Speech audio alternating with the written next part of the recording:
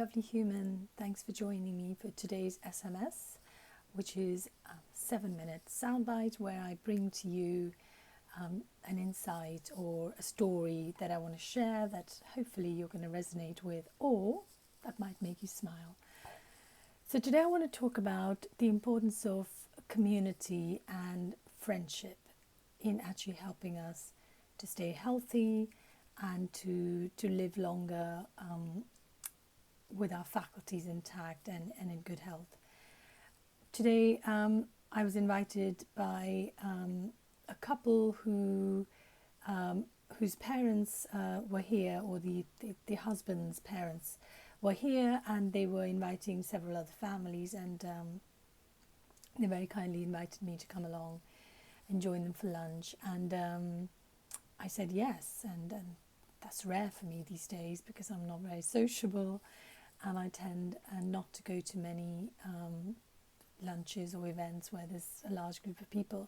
But this particular event sounded like something I wanted to do. And when I was there, I met some lovely people, some people I already know from before, and there were some people I had never met before. And what really struck me and what I wanted to share with you today is that I met a few elderly people, and when I say elderly, they're in their mid to late 70s.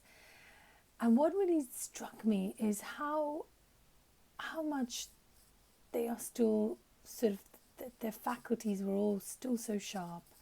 And the couple, the in-laws of the friend who invited me, in particular, I just loved their relationship.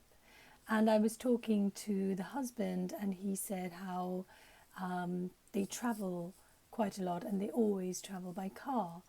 And this is in India. And I said, wow, I said, you're brave to be driving in India. And he kind of smiled at that.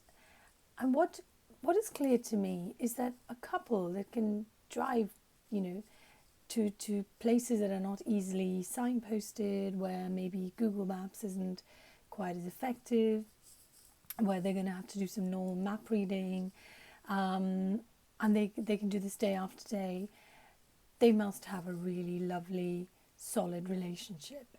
And the reason I say this is because, years ago, before SatNav and Google Maps was a thing, I was a main driver in my household, and when I used to go to places I wasn't familiar with, my then husband would navigate, and we inevitably had some differences of opinion, and it was never a completely pleasant experience, because if I took the wrong turn, he would, unlike Google Maps, who very patiently and without judgment will just change the route and won't say another word about it.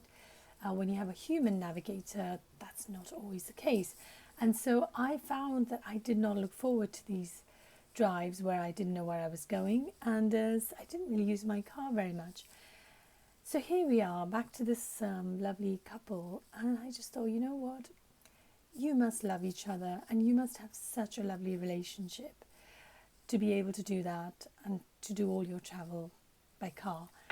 The other thing that I really noticed, and I've taken away as a lesson for myself, is that these women in particular, they're not just sitting around and gossiping or just watching TV.